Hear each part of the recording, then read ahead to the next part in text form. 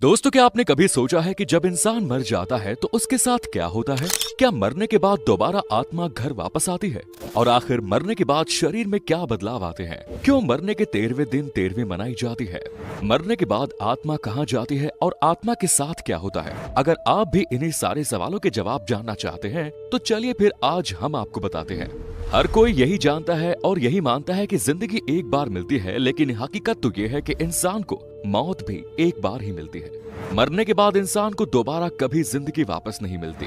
इसीलिए मौत का नाम सुनते ही लोगों के रोंगटे खड़े हो जाते हैं, क्योंकि एक मौत ही ऐसी चीज है जो इंसान के सारे रिश्ते एक ही पल में तोड़ देती है। जब इंसान मरता है तो वो मरने से पहले अपने बचपन से लेकर अब तक की पूरी जिंदगी देख लेता है, वो भी सिर्फ 7 मिनट के अंदर। ये 7 मिनट उसके लिए एक फिल्म की तरह होते हैं, जिसमें वो अपने जीवन से जुड़ी हर उस याद को देखता है जिसमें वो जिया है, और तब जाकर उसे मौत आती है। ये बात हकीकत है। साइंटिस्ट्स ने भी इस बात का दावा किया है कि मरने से पहले इंसान को ये सब एक सपने के रूप में दिखाई देता है।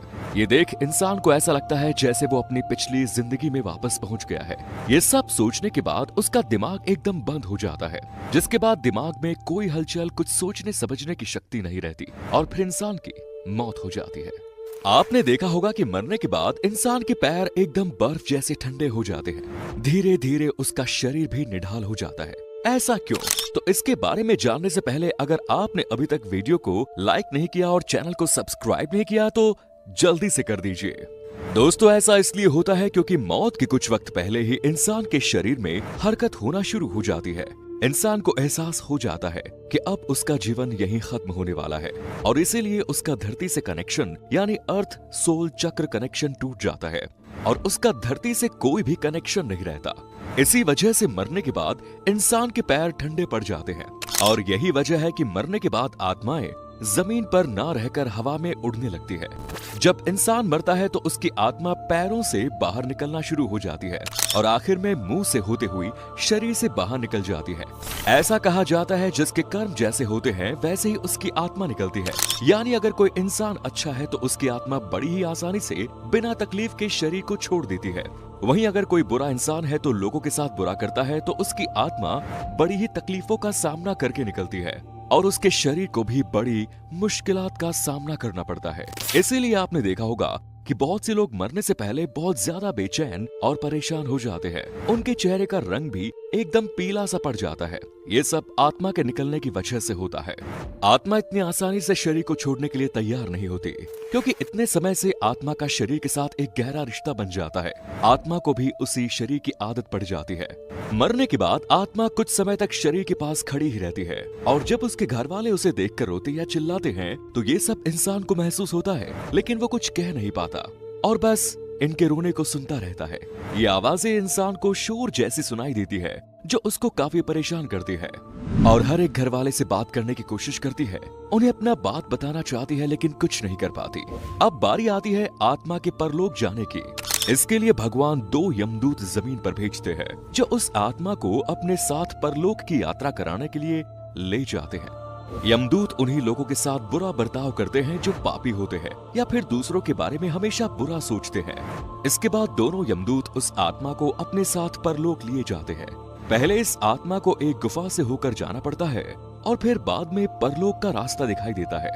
लेकिन इस रास्ते से पहले ही आत्मा को एक नदी जिसका नाम है बैतरणी, इस नदी को पार करना पड़ता है। इस नदी में पानी नहीं होता, बल्कि भड़कती हुई आग होती है। यहाँ पे इंसान के कर्मों का ही हिसाब होता है। जैसे जो कर्म करता है वैसे ही उसके साथ होता है।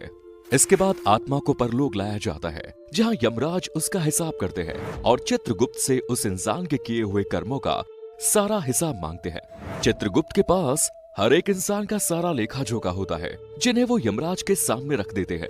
अब यहाँ भी इंसान के कर्म ही उसका साथ देते हैं। अगर कर्म अच्छे होते हैं तो वो एक भला इंसान होता है, तो उसे स्वर्ग में भेज दिया जाता है। लेकिन अगर वो एक बुरा इंसान है जिसने धरती पर बहुत से पाप किए, तो उसे नरक में फेंक दिया जाता है। नरक भी 36 तरह का होता है।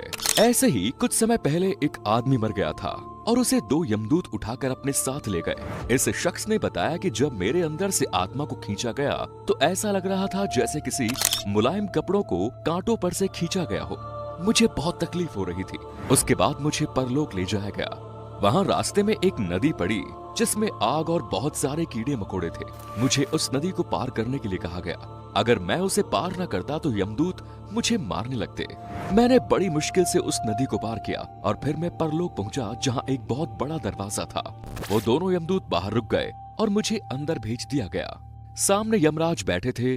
उनकी आवाज इतनी खतरनाक थी कि मेरे होश उड़ गए। उन्होंने यमदूत से कहा कि इसे क्यों ले आए, इसका अभी तक वक्त ही नहीं आया। और फिर मेरी आंखों पर पर्दा डाल दिया गया। जब मेरी आंखें खुली तो मैं अपने घर वालों के बीच था।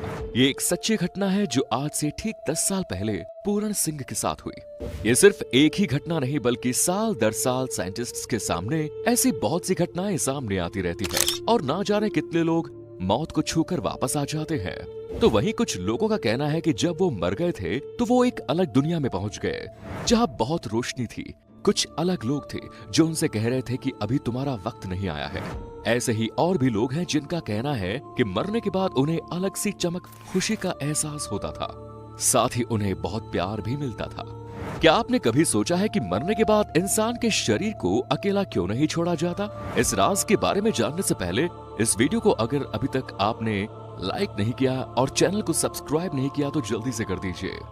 गरुड़ पुराण के अनुसार ऐसा माना जाता है कि अगर डेड बॉडी को अकेला छोड़ा जाता है तो उस पर दूसरी बाहरी शक्तियों का नकारात्मक ऊर्जाओं का वास हो जाता है, यानी भूत प्रेत उस आत्मा पर कब्जा कर लेते हैं और पूरी तरह से आत्मा उनके वश में हो जाती है। इसीलिए न रात के समय में शव को अकेला छोड़ा जाता है और न ही दिन के समय में। अब बात करते हैं 13वीं तक पिंडदान क्यों नहीं किया जाता, इससे आत्मा को क्या फायदा होता है। ऐसा कहा जाता है कि जब यमदूत आत्मा को दोबारा उसके घर वालों के पास छोड़ते जाते हैं तो आत्मा बहुत ज्यादा कमजोर हो जाती है, क्योंकि वो बहुत कुछ झेल कर आई होती है और उसके अंदर इतना दम और ताकत नहीं रहता कि वो दोबारा परलोक जा सके।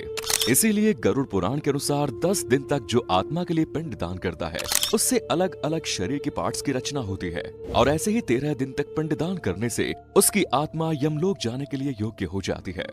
अपने घर वालों के बीच ही मौजूद रहती है, क्योंकि उसके पास वहां जाने की ताकत नहीं होती। और ऐसे ही आत्मा मृत्युलोक से यमलोक के लिए जब जाती है तो उसे 1 साल का समय लगता है और इतने लंबे सफर के लिए 13 दिनों तक जो भी पिंडदान या क्रियाक्रम किए जाते हैं वो इसके भोजन जैसा होता है, जिसके दम पर ये यमलोक का रास्ता पार कर सकती है। इसीलिए पिंडदान करना बहुत जरूरी होता है। अब आप सोच रहे होंगे कि ये बातें हमें कैसे पता?